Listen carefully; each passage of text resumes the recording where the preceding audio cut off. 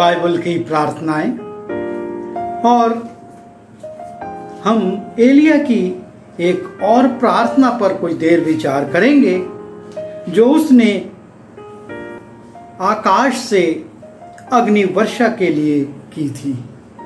ये घटना हमारी जानी पहचानी है, पर इसके कुछ बिंदुओं पर हम कई बार ध्यान नहीं दे पाते हैं, और आज हम इस प्रार्थना को थोड़ी देर विचार करेंगे। और उसके पहले कुछ देर हम उसके बैकग्राउंड में जाएंगे कि जब ये प्रार्थना की गई तो किन परिस्थितियों में कैसे इस व्यक्ति ने अपने आप को तैयार किया।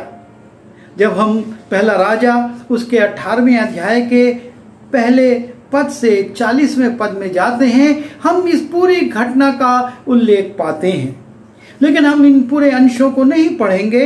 हम टुकड़े टुकड़े में कुछ अंशों को देखेंगे। हम देखते हैं कि परमेश्वर प्रारंभ में एलिया से कहता है कि जा और तू इस्राएल के राजा से कह कि तेरे देश में पानी नहीं बरसेगा। और एलिया इस बात की उद्घोषणा राजा अहाब के सामने कर देता है कि ना तो मेरे कहने तक पानी बरसेगा और ना आकाश से ओस पड़ेगी। और लगभग 3 वर्ष गुजर जाते हैं, और 3 वर्ष गुजरने के बाद जब हम 18वें पद में आते हैं, लिखा है बहुत दिनों के बाद 3रे वर्ष में यहोवा का ये वचन एलिया के पास पहुंचा कि जाकर अपने आप को अहाब को दिखा। एलिया इस बात की घोषणा करने के बाद पहले करीत नाले में चला गया, और जब करीत नाले का पानी सूख गया तब सारपत की विधवा के यहाँ चला गया और वहां पर उसका पालन पोषण होता रहा। और तब परमेश्वर उससे कहता है कि अब तू जा और अहाब को अपने आप को दिखा और कह कि मैं भूमि पर मेंह बरसा दूंगा। इस बात की तू घोषणा कर कि इन 3 वर्षों के बाद अब मैं भूमि पर जल बरसाऊंगा। और जबकि देश में इतना हाहाकार है, राजा अहाब हर शहर हर जगह पर एलिया को ढूंढ रहा है कि उसको पकड़ो और मैं उसको दंडित करूंगा, क्योंकि आज देश की इस हालत का कारण है एलिया। और उस परिस्थिति में परमेश्वर उससे कहता है जा अपने आप को अहाब को दिखा। और एलिया बिना डरे परमेश्वर की बात को सुनता है, परमेश्वर की आज्ञा को मानता है और वो आ जाता है। और लिखा है तब एलिया अपने आप को अहाब को दिखाने गया। उस समय शोमरोन में अकाल भारी था, इसलिए अहाब ने ओबद्याह को जो उसके घराने का दीवान था बुलवाया, और अहाब और ओबद्याह ने आपस में जल के सोतों और सब नदियों के पास जाकर ये देखना चाहा कि कदाचित इतनी घास मिले कि घोड़ों और खच्चरों का जीवित बचाया जा सके। और तब ओबद्याह निकल जाता है देश के कुछ भाग में, और अहाब निकल जाता है देश के दूसरे भाग में कि सोतों के पास, जल स्रोतों के पास इतनी घास तो मिल जाए कि हमारे जो घोड़े हैं, हमारे जो खच्चर हैं, वो जीवित रह सकें, उनको घास खाने के लिए दी जा सके।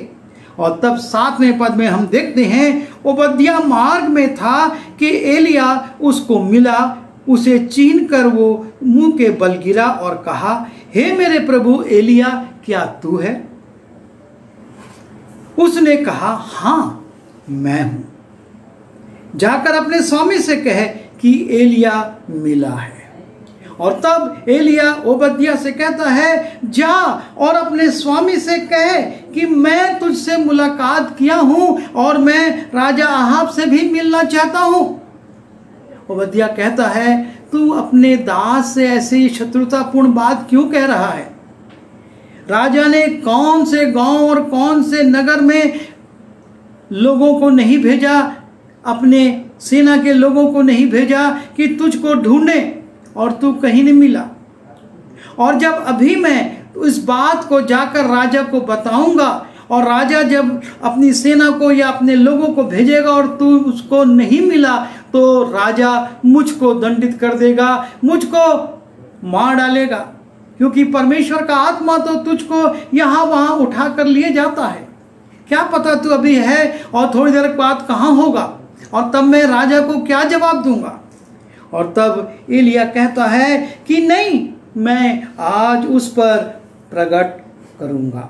जब हम 15वें पद को देखते हैं, एलिया उससे कहता है, एलिया ने कहा, सेनाओं का यहोवा जिसके सामने मैं रहता हूं, उसके जीवन की शपथ आज मैं अपने आप को उसे दिखाऊंगा। परमेश्वर के जीवन की शपथ मैं खा रहा हूं, आज तो मैं अपने आप को राजा अहाब को दिखाऊंगा ही।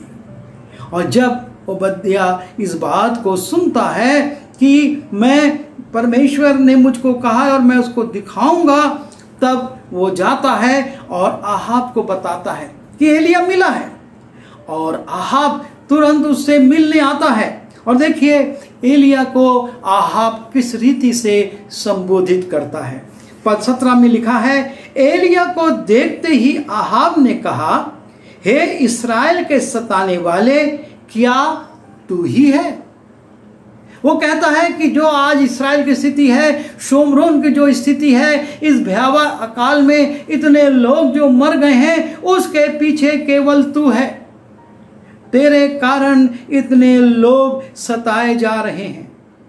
और तब एलिया राजा से कहता है, उसने कहा, मैंने इस्राएल को कष्ट नहीं दिया, परंतु तू ही ने और तेरे पिता के घराने ने दिया है, क्योंकि तुम यहोवा की आज्ञाओं को टालकर बाल देवताओं की उपासना करने लगे। आज जो देश की ये स्थिति हो गई है, उसका कारण तू है, तेरा घराना है, तुम्हारे लोग हैं, जिन्होंने सच्चे परमेश्वर को, जिसने उनको उत्तम उत्तम वस्तुएं दी, उत्तम उत्तम नगर दिए, उत्तम उत्तम फसल दी, उन सब बातों को भूलकर तुम पराये देवी देवताओं के पीछे चले गए। यह जो विपत्ति है, ये जो संकट है, उसके पीछे जो कारण है, वो राजा स्वयं तू है। तू कहता है कि तू इस्राएल को सता रहा है, लेकिन सच्चाई ये है।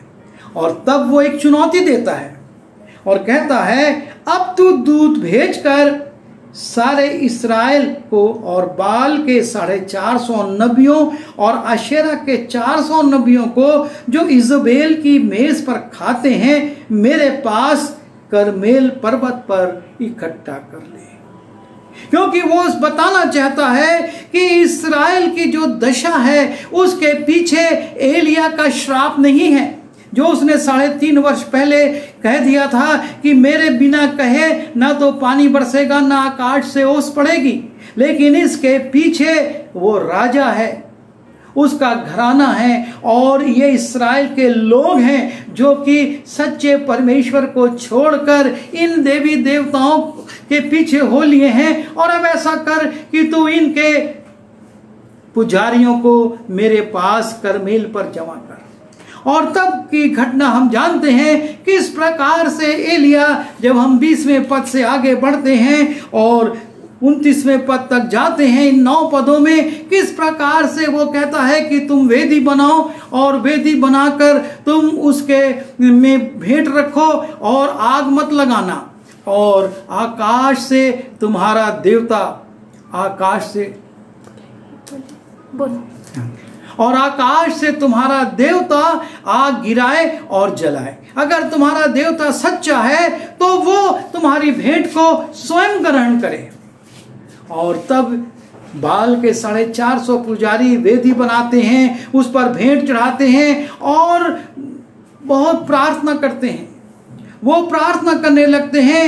लिखा है 24वें पद में, तुम अपने देवता से प्रार्थना करना और मैं यहोवा से प्रार्थना करूंगा। और तब देखते हैं कौन इस आग को गिराएगा और प्रकट करेगा सच्चा परमेश्वर कौन है। और तब सारी घटनाएं हम जानते हैं किस प्रकार से वो उछल कूद करते रहे, एक दूसरे को घायल करिए, लहूलुहान हो गए, लेकिन शाम होने तक उनकी प्रार्थना नहीं सुनी गई और वेदी पर आग नहीं गिरी। और तब हम 30वें पद से आगे जब जाते हैं देखते हैं कि तब एलिया परमेश्वर की वेदी बनाता है, उसके 12 गोत्रों के अनुसार उसके 12 पत्थर रखता है और भेंट चढ़ाता है और फिर कहता है 4 घड़े पानी डाल दो इस पर, और उसके बाद फिर 4 घड़े पानी डलवाता है और उसके बाद फिर 12 घड़े पानी वो उन चीजों पर, उस लकड़ी पर, उस भेंट पर डालता है। और उसके बाद हम देखते हैं कि इस प्रकार से एलिया अपने परमेश्वर को पुकारता है। ना वो उछलता है और ना वो कूदता है, ना वो अपने आप को घायल करता है, लेकिन जब हम 36वें पद से जाते हैं लिखा है, फिर भेंट चढ़ाने के समय एलिया नबी समीप जाकर कहने लगा, हे इब्राहिम, इसहाक और इस्राएल के परमेश्वर यहोवा, आज ये प्रकट कर कि इस्राएल में तू ही परमेश्वर है और मैं तेरा दास हूं, और मैंने ये सब काम तुझसे वचन पाकर किए हैं। इसमें मेरी कोई योग्यता नहीं, मैंने अपनी ओर से कुछ नहीं किया है, मैं तो तेरा दास हूं और तुझसे वचन पाकर मैंने ये सब काम किए हैं। हे यहोवा, मेरी सुन कि ये लोग जान ले कि यहोवा तू ही परमेश्वर है और तू ही उनका मन लौटा लेता है। बड़ी साधारण सी प्रार्थना वो कर रहा है कि परमेश्वर, केवल अब तू अपनी महिमा को प्रकट कर। मैं कुछ नहीं हूं, मैं तेरा दास हूं और जो वचन तूने मुझको दिया उसके अनुसार मैंने किया है, पर अब तू अपनी महिमा को ले। एक साधारण सी प्रार्थना, ना उछल कूद है, ना दिन भर चिल्लाना है, ना नाना प्रकार के प्रपंच हैं, सिर्फ वो परमेश्वर से सच्चे मन से प्रार्थना करता है। और तब लिखा है 38वें पद में, तब यहोवा की आग आकाश से प्रकट हुई और होम बलि को लकड़ी और पत्थरों और धूल समेत भस्म कर दिया और गड्ढे में का जल भी सुखा दिया। सिर्फ इतना सा नहीं हुआ कि वो आग गिरी और उसने उस बलि को जो चढ़ाई गई थी उसको जला दिया, लेकिन इतनी भयंकर आग आई कि वहां के धूल के कण तक जल गए। वो जो पानी आसपास जो उसने गड्ढा खुदवाया था और 12 घड़े पानी डलवाए थे वो सब सूख गए। यह है सच्चे परमेश्वर की आग, जो कि एलिया की प्रार्थना पर आकाश से प्रकट हुई और सब कुछ भस्म कर दी। सब देखते रह गए, अरे एक साधारण सी प्रार्थना की जा रही है, ये एलिया सिर्फ परमेश्वर को देखकर पुकार रहा है और परमेश्वर ने कर दिया। और ये देख सब लोग मुंह बल के बल गिरकर बोल उठे। जब इतनी बड़ी घटना घटी, सुबह से शाम तक 450 लोग चिल्लाते रहे, कुछ नहीं हुआ। और एलिया ने जैसे ही प्रार्थना करी और आकाश से आग गिरी और सारी भूमि के आसपास के जल तक को सुखा दी, तब लिखा है, ये देख सब लोग मुंह के बल गिरकर बोल उठे, यहोवा ही परमेश्वर है, यहोवा ही परमेश्वर है। उन लोगों ने इस बात को स्वीकार कर लिया कि हमने चूक की है, हमने गलती की है, हमने अपने देवता को, अपने परमेश्वर को छोटा कर दिया और संसार के देवी देवताओं को बड़ा करके उनकी आराधना करने लगे। लेकिन यहोवा ही परमेश्वर है, यहोवा ही परमेश्वर है। जब हम परमेश्वर की ओर से, परमेश्वर के वचन के अनुसार करते हैं, परमेश्वर अपनी महिमा लेता है। यीशु मसीह ने कहा, तुम मुझसे भी बड़े बड़े काम करोगे, सामर्थ्य के काम करोगे। क्यों करोगे?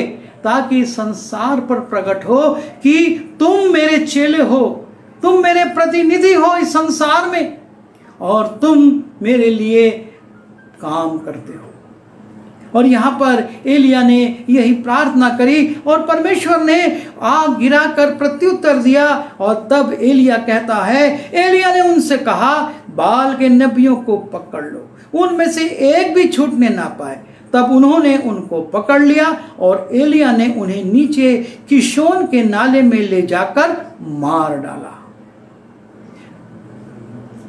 जो 3.5 वर्ष से देश पर संकट आया हुआ था, जिसका कारण ये पुजारी थे जिन्होंने लोगों के मन को भटका दिया था और लोगों को सच्चे परमेश्वर से हटाकर अपने संसारिक लाभ के लिए उनकी पूजा करना शुरू करवा दी थी, आराधना करना, उन सबको एलिया दंडित करवाता है। हमारा परमेश्वर ये चाहता है कि ऐसे लोग निकाले जाएं जो कि परमेश्वर के काम को बिगाड़ते हैं, जो अपने स्वार्थ के लिए, अपने लाभ के लिए, अपने पद के लिए, अपनी संपत्ति के लिए परमेश्वर के काम को खराब करते हैं। उनके लिए यहां पर लिखा है कि एलिया ने उन सबको दंडित करवा दिया। एलिया की ये प्रार्थना जो छोटी सी थी, लेकिन इसके अतीत को हम जब देखते हैं, इतिहास को जब हम देखते हैं, किस प्रकार से देश में समस्याएं आई, देश में इतना बड़ा अकाल पड़ा, इतने लोग मारे गए, और उसके पीछे कौन था। प्रभु हमारी सहायता करे कि हम भी देश में आने वाली, समाज में आने वाली, परिवार में आने वाली समस्याओं को देखें, उनका विश्लेषण करें, उनकी गहराई में जाएं, कारण क्या है, और उसका सुधार करें। परमेश्वर हमको प्रत्युत्तर देगा। आइए प्रार्थना करें। प्रभु जी, हम धन्यवाद देते हैं एलिया की प्रार्थना के लिए, जिसने कि आकाश से आग गिरवाई, आपसे निवेदन किया और आपने उसके निवेदन को सुना और आग गिरी और लोगों ने जाना कि आप ही सच्चे परमेश्वर हैं। हमको शक्ति दीजिए कि इस संसार में हम आपकी सच्चाई को प्रकट कर सकें और आपकी महिमा कर सकें। विनती यीशु के नाम से मांगता हूँ, आमीन।